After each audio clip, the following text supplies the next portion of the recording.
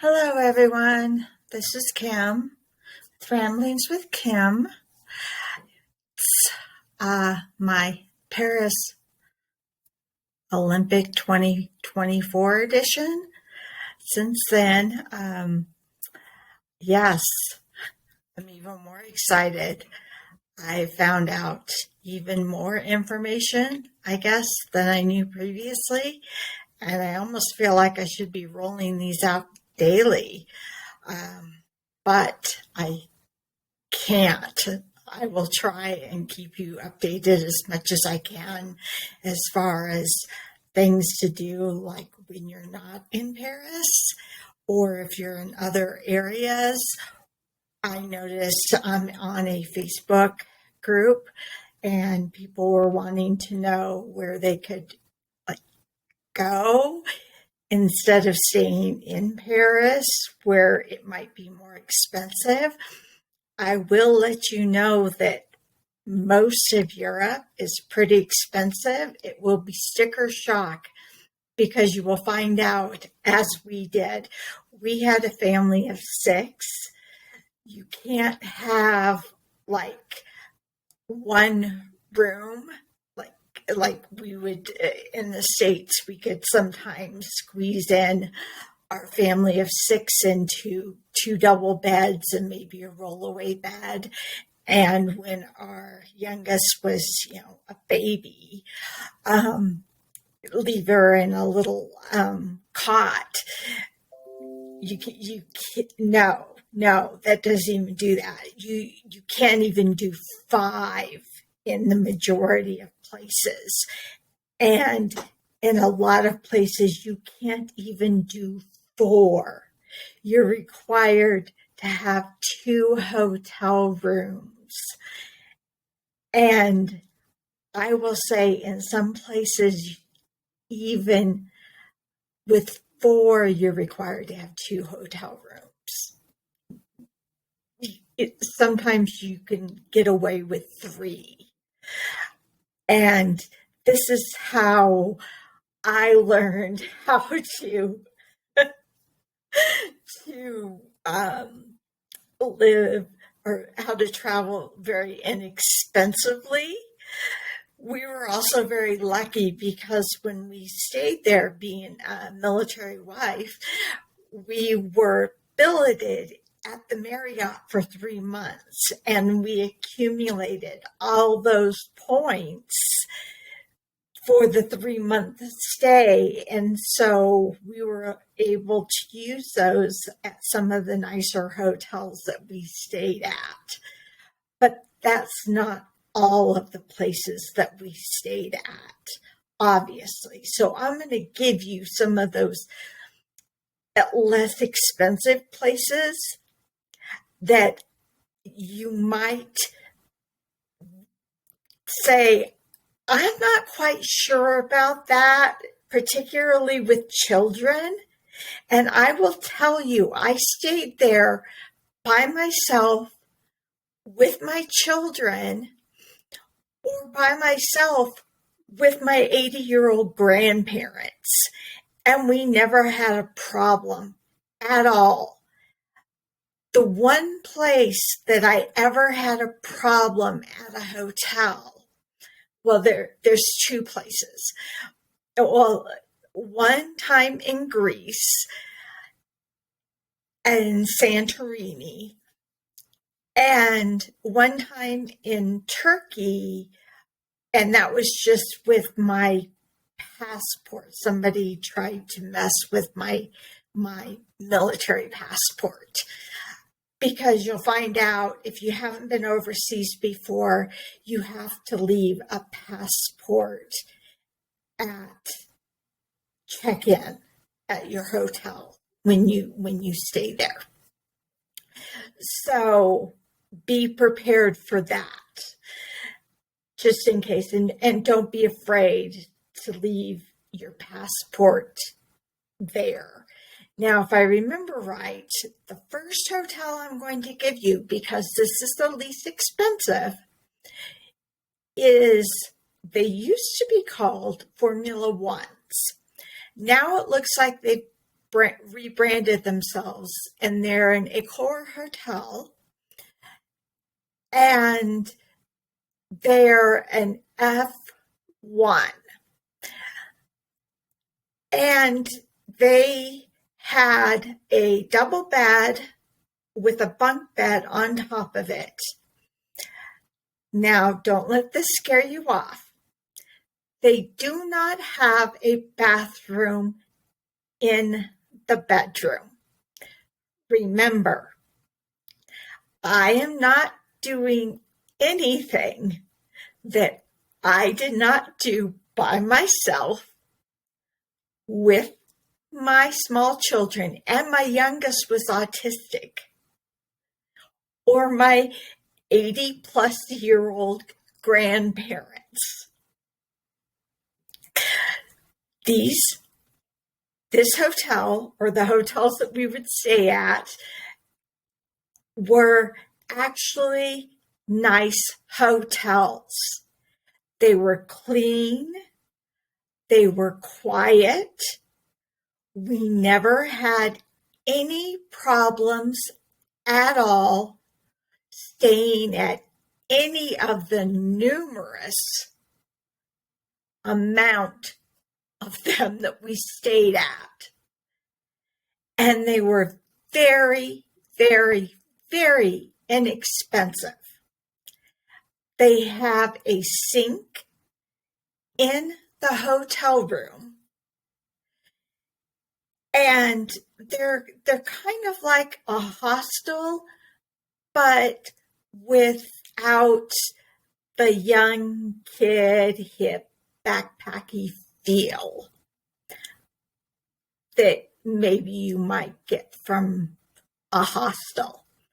I don't know. I've never stayed in a hostel. That's just the impression I get when I talk to younger kids, and my cousin when he was backpacking through Europe, and you know, people that I see online, things like that. I guess I'm not cool enough. I backpacked a little bit through Europe, but I did it with a 3-year-old. So, Kim and I had fun.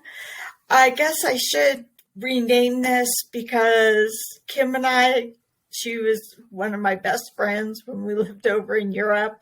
We always joked we were going to write a book called Kim and Kim's Great Adventures because we had amazing adventures.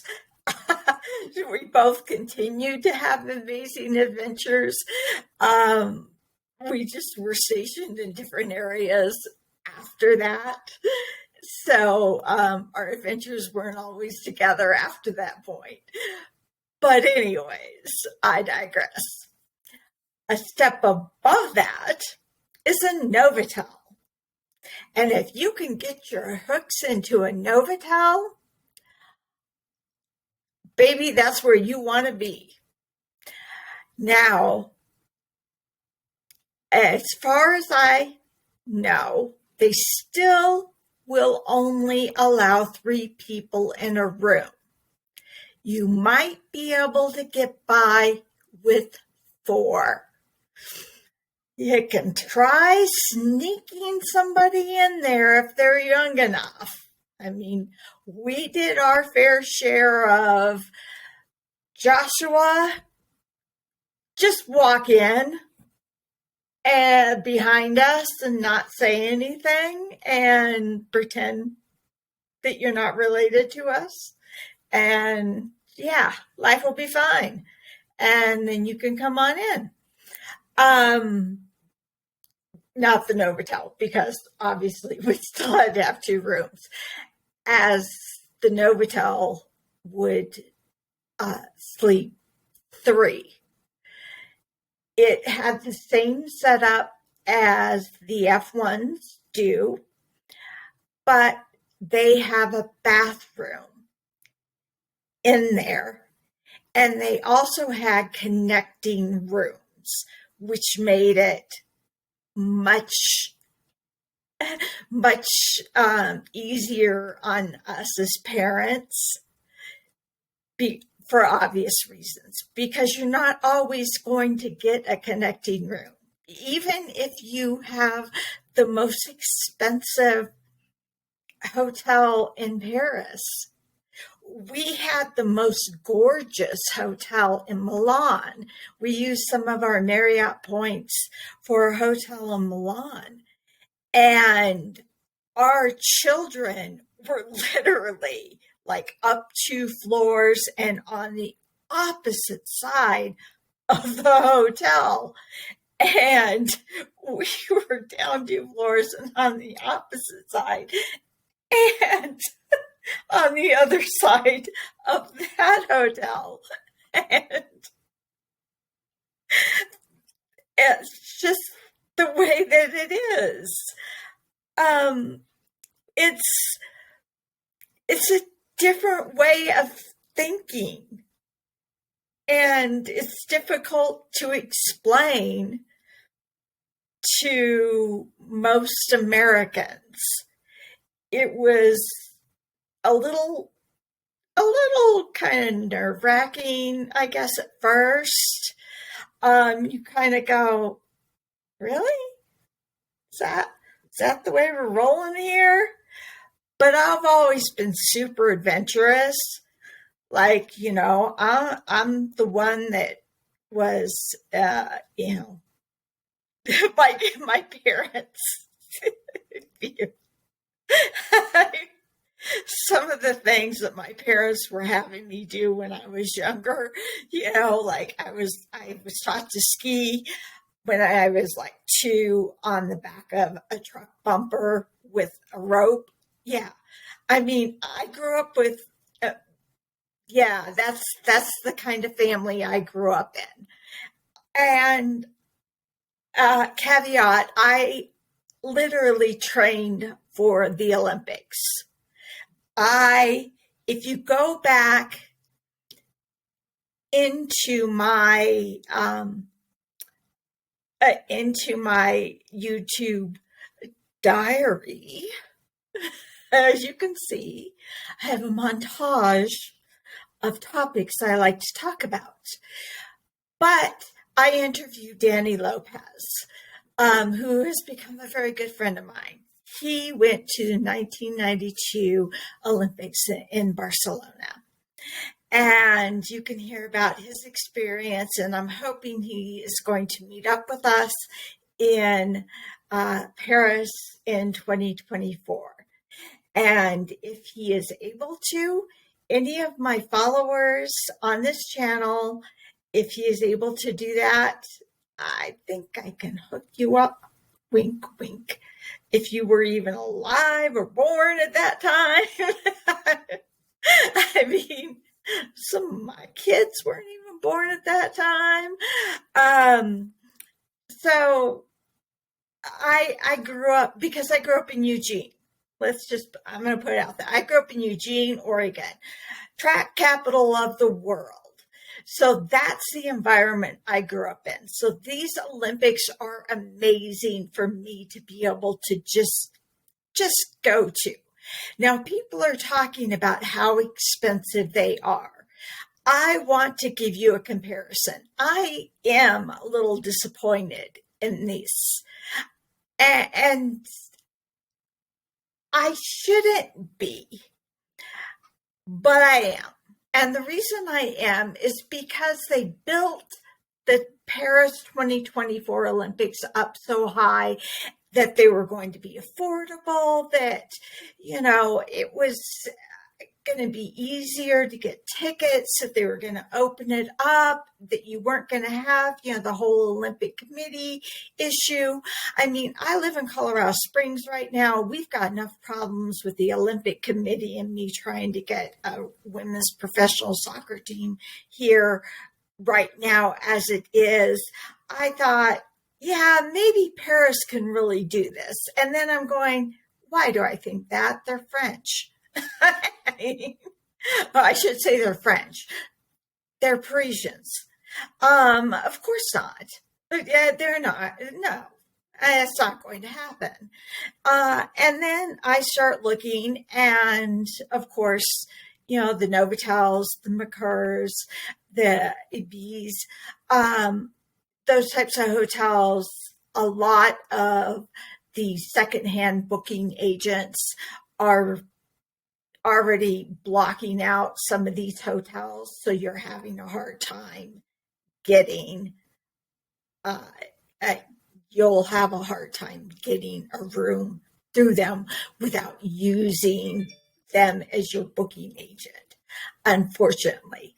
So that's why I'm giving you this information as quickly as possible. And more than likely, I won't be able to get the graphic up. I might be able to because my husband's gone. Um, so we'll see what we can do as quickly as possible. So if you can't get into those,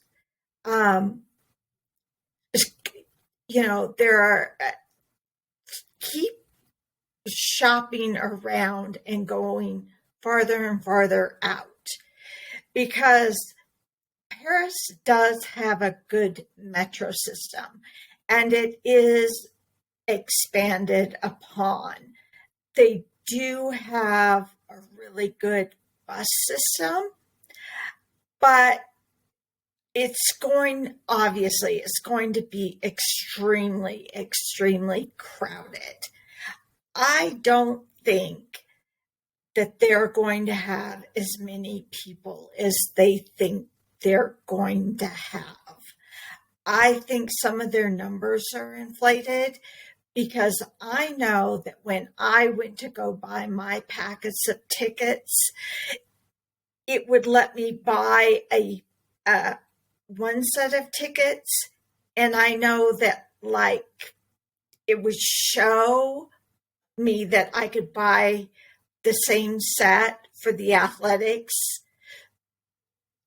Yeah, let's see if I can make sense of this. So, the athletic finals, athletic 12 in the evening, and then athletic 16 in the evening. When I would first log in the first time, and so I would buy athletic 12, and then I would go back and try and buy something, or athletic 16, and it wouldn't let me buy it. I would get some other whatever kind of junk things. And then the second time I went in there, it would let me buy it. And to me, that seemed really, really dishonest, that they were essentially trying to get you to buy these tickets that no one else wanted before you could buy the tickets that you wanted. But then again, as many times as I have been overseas, yes, I've been overseas more times since I lived there as well. It's not surprising. It's just disappointing. I kind of hoped that, maybe the International Olympic Committee would basically have to get their shit together, because nobody wants to hold the Olympics anymore, and and we can't keep having them in these crazy dictatorship places. We need to start having them in places like Paris and or Canada or London. So instead of them taking all the profits, they need to funnel those profits back into the games. But I will tell you, last year's Worlds were held in my hometown, and the tickets were about the same price. And this was in Eugene. And But then again, Worlds is really close to being the Olympics.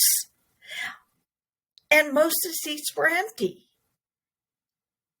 And there were people on there. There were athletes on there asking, why weren't the seats, why can't we fill the seats like they were? And they showed a picture of Steve Prefontaine and the bleachers up there.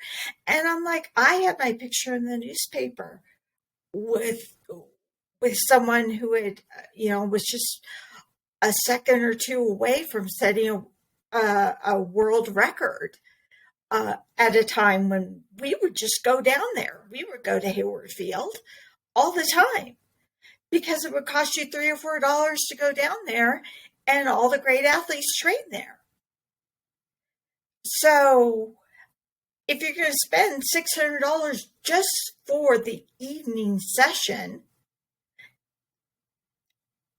you're not going to get the seats filled like you did when Prefontaine was alive. It's just not going to happen. Now, we also have things called, all-comers meets, where every once in a while you'll see some greats that'll come down there and they'll go all out and, just make a run for the money. And you never know what you might see happen. You just don't ever know. I trained on the track with some really fantastic people. And most of you wouldn't even know who they are because I'm so old. I am so friggin' old. I mean, it's just ridiculous. So anyways, they're doing the same thing. But in Eugene, you couldn't get a place to stay in order to, even if you could get a ticket, but you couldn't get a place to stay. And if you wanted to get a place to stay, it was still $600 a night. And it was still Eugene.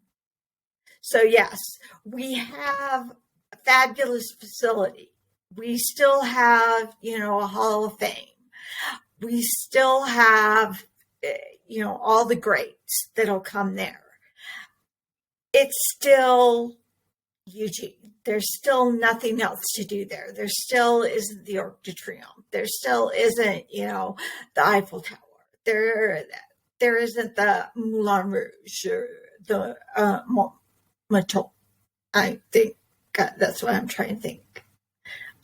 I'll get my accent. Hopefully, will get better, and I'll get rid of my list. Won't be as noticeable.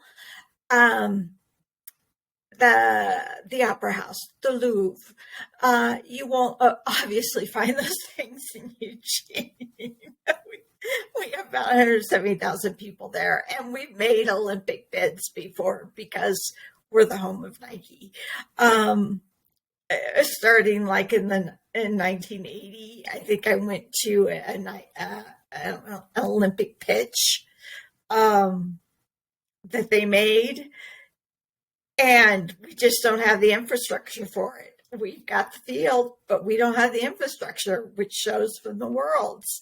We don't have an airport that you can actually, you have to get off the airplane on the runway. So right there tells you everything you need to know about why we can't hold the Olympics. Okay, but none of you want to know why Eugene can't hold the Olympics. You all want to know hotels and what hotels you can stay in that are inexpensive. Okay, so that is where I would start, or with the Accor hotels, and go from there. Do not be afraid to stay at the F1. Definitely, if you can, stay at a Novotel. And you should definitely be able to book those in other cities that you may be wanting to go visit that are outside of Paris, i.e., I would say Brussels, Amsterdam, Frankfurt, and anywhere else. You may have more trouble where they're doing other events, like we're going to Marseille and we're going to Nantes.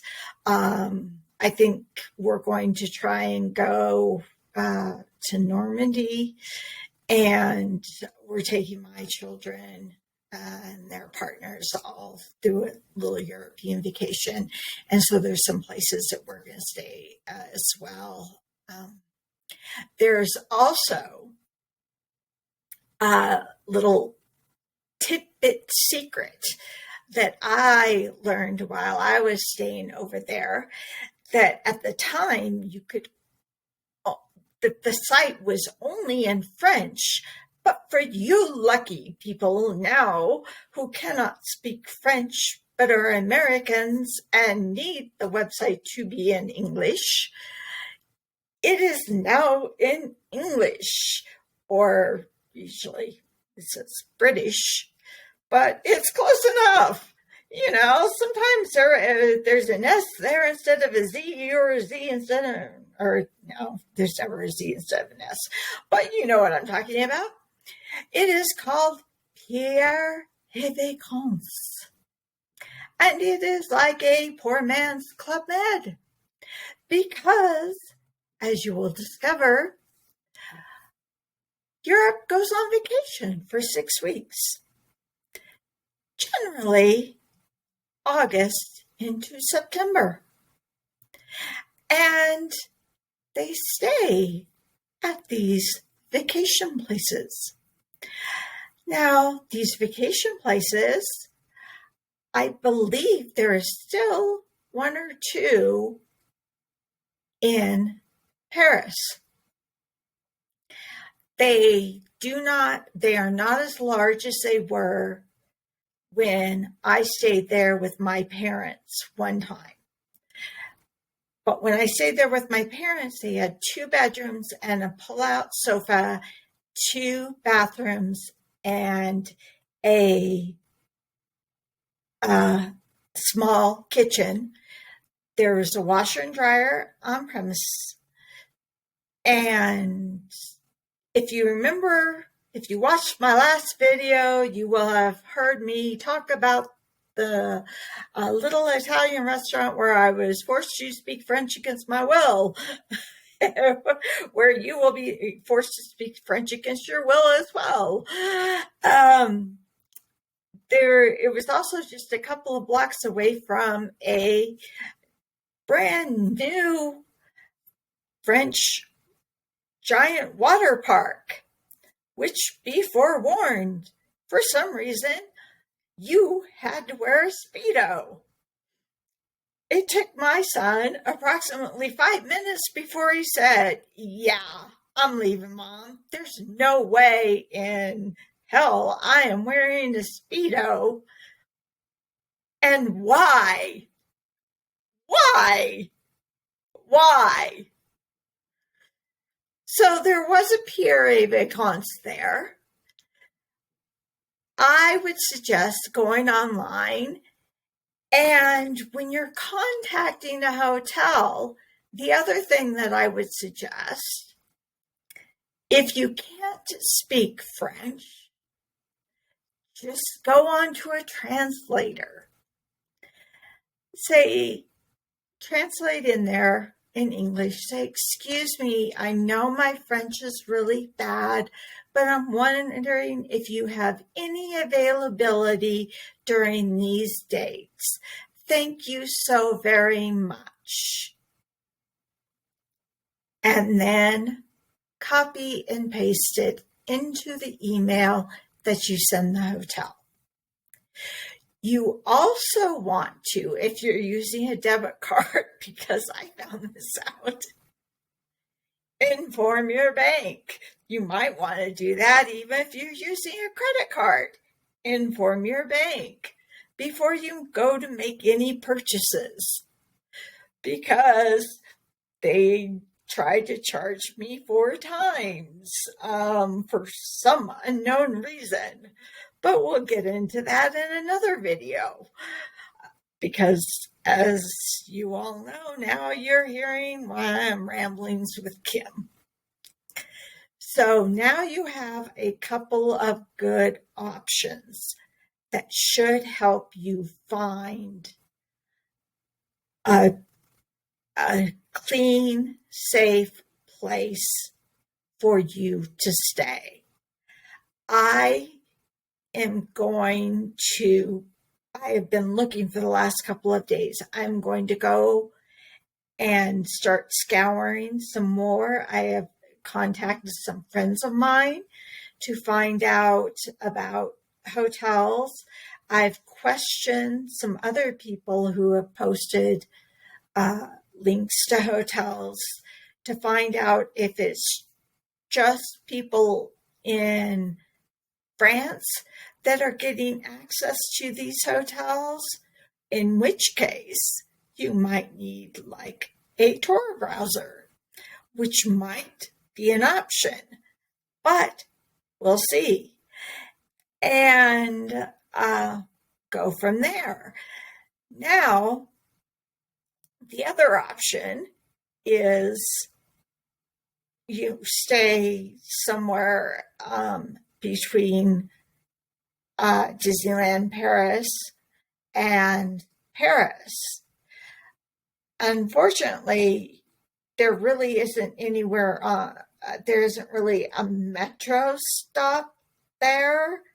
And so that makes it difficult to kind of do that. You almost have to stay northeast, I believe, of there, or past Disneyland Paris, which really wouldn't be a bad option, because Disneyland Paris is only about 30 minutes drive away from Paris. And you really aren't going to want to drive. I'm going to laugh if that's not.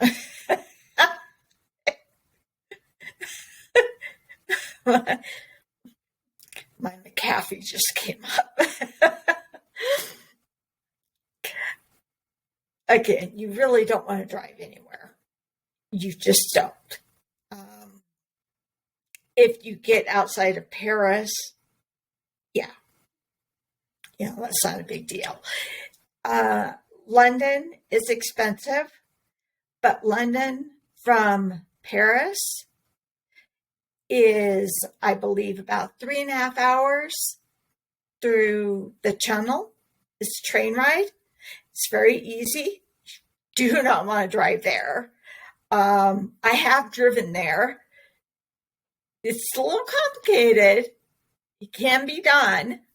It's much easier just grab a taxi. And if you do want to go to London, that'll be one of the I guess little trips that I can do. What I'll try and do from here on out is do little trips that you can do if you're not at the games, and what sites to see and what maybe you should pass up. My husband has absolutely no desire to go see any museums or churches whatsoever. And basically the joke is, when you leave Germany as a military